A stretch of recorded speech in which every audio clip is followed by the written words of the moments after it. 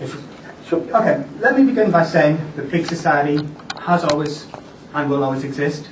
It existed long before David Cameron and Philip Long came along with a new positive rhetoric to offer a positive solution to the perceived broken society, and it's going to continue to exist long after David Cameron leaves office. Currently, before the big society agenda has had an opportunity to really increase and unleash voluntary civil action in the UK, it has been estimated that voluntary work adds £22.5 billion to our economy, with a massive 1.9 billion man-hours given over to volunteering. Research suggests that 4% of people already are actively involved in local services, and a further 5% want to be involved. While this doesn't sound like a huge amount, it implies that in the UK there's 2.5 million people already involved in local service co-production, and there's over 3 million who want to be more actively involved. Now, this is undoubtedly a good thing. Research by Nobel Prize-winning economist Elinor Ostrom has suggested that services are co-produced between service provider and service user tend to create better outcomes at lower cost. So immediately it seems obvious that any initiative to increase community involvement in service provision is intrinsically a good thing. So with that, what does the new Big Society agenda actually entail? Well, Big Society with a capital BS, and let's not refer to Big Society as BS anymore, is in some ways little more than a philosophy that David Cameron has generated to drive his party and government. In this sense, it's a guiding spirit or a sense of direction. It's a motivating force. It reminds all ministers and all civil servants to gear their actions and policies towards greater devolution and local accountability. Now, this can be seen through the structural reform plans, where each department has explicitly set out actions that is committed to achieving, with the ultimate aim of providing individuals more choice, with more say, and with more power over the services that affect individuals' lives. And Big Society, as a guiding philosophy, has undoubtedly provided a strong vision for the reversal of the over-centralisation of the state. This is partially what Big Society is about, and hopefully this ethos of focusing government outwards and making public servants accountable to users rather than Whitehall will improve services. But a bigger, and I think more transformative aspect of Big Society involves empowering communities to be a central part of direct service provision and ownership. Big Society, and this has been clarified to an extent by the CSR announcement in the form of community budgets and a 470 million budget to a community capacity building, is concerned with directly supporting the local level, of recognising that society has always been big and could be bigger still with a little help. Yet the major issue that seems to hinder Big Society when it is presented to and discussed at local level is that people want to know exactly what it is and how government will implement it. Yet this is somewhat a paradox, as if it is to be truly localist, Downing Street cannot centrally define our mandate, the exact nature of Big Society. With a general commitment to empowering communities and to providing them with the tools to directly take responsibility for the prioritisation and design of services, Big Society has shown it has enough substance for innovative people to work with. However, with many radical changes, it's up to the groups that have the most to gain from them to prove what they can do and to fight for increased freedoms. And in this case, it's up to local authorities and local communities to work out how they can harness the freedoms and trust that central government has provisionally allowed them. And there are many aspects of Big Societies that I could talk about, including community ownership of village shops, or communities taking control of local civic amenities like swimming pools and libraries. And these are ambitions that deserve to be lauded and discussed further, especially as people see them as a smokescreen for covering over cuts. But I'm not really going to focus on that today. What I'm going to focus on is the truly radical things that communities and voluntary organisations are currently already doing to support individuals and improve areas up and down the country. These are the social support programmes that turn around lives, save taxpayers' money, and simply are more effective with fewer resources than equivalent public sector services. Often these community and voluntary programmes embrace and embody the ethos of early intervention, which is something that the public sector so strives after that it finds hard to justify, develop and fund. And why is this? Because early intervention is a much more subtle type of service than cure-based, symptom-treating service provision.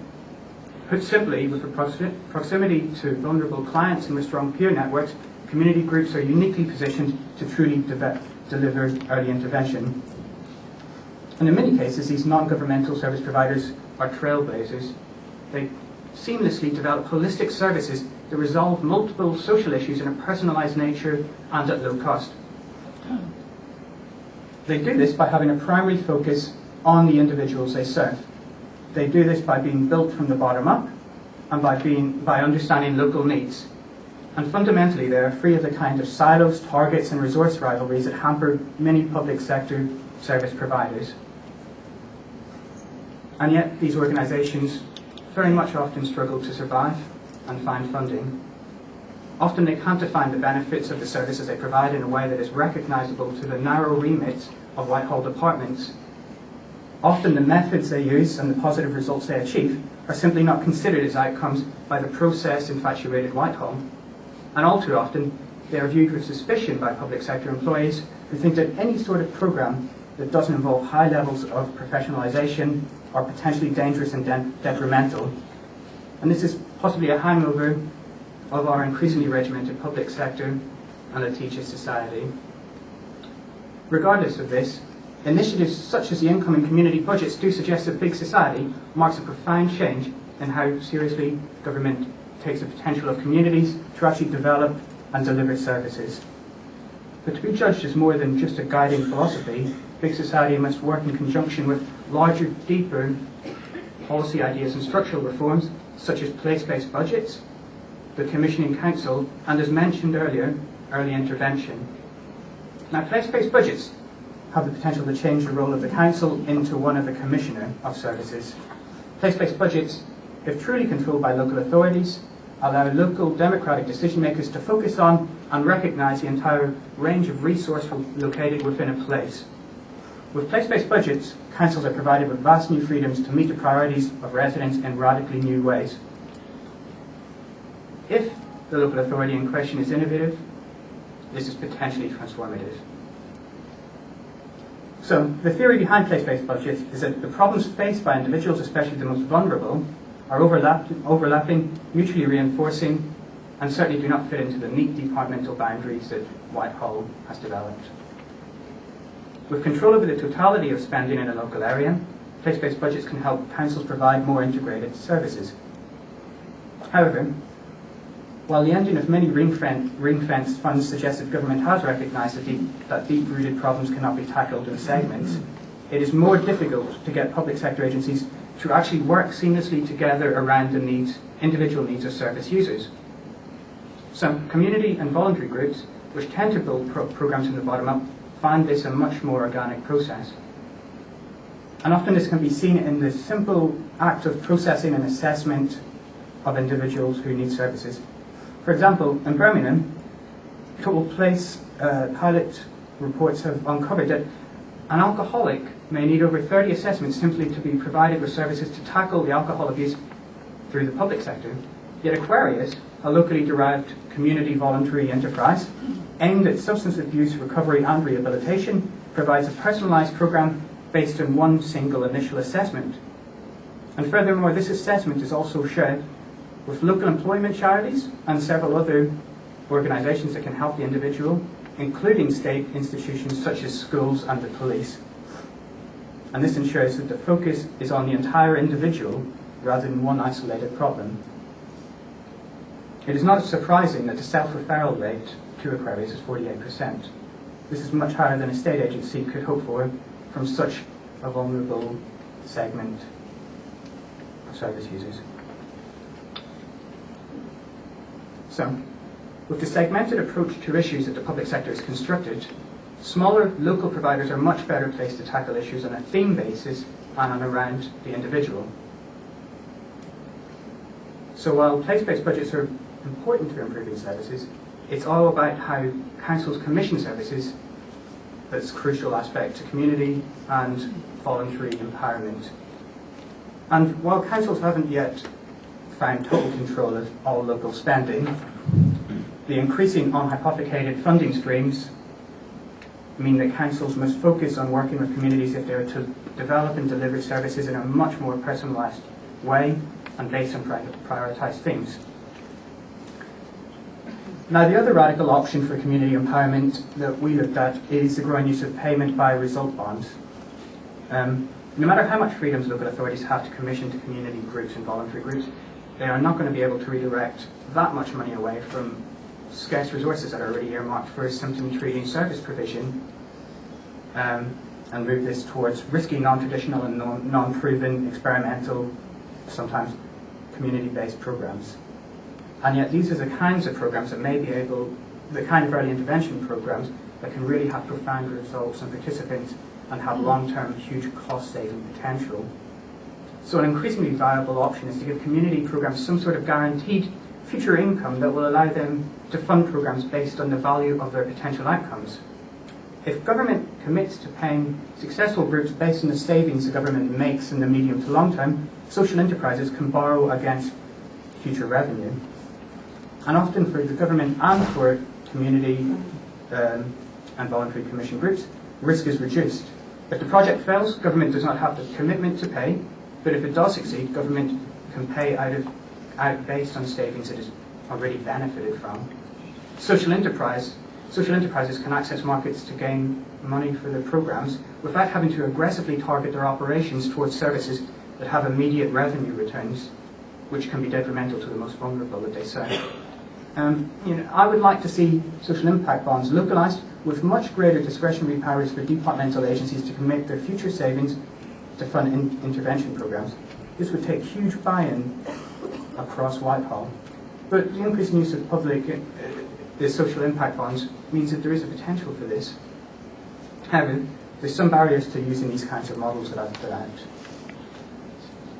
It's difficult to value outcomes, it's difficult to prove results, and it's difficult to convince a siloed government machine to pay out on the whole value of an outcome when the benefits often disperse across several Whitehall departments.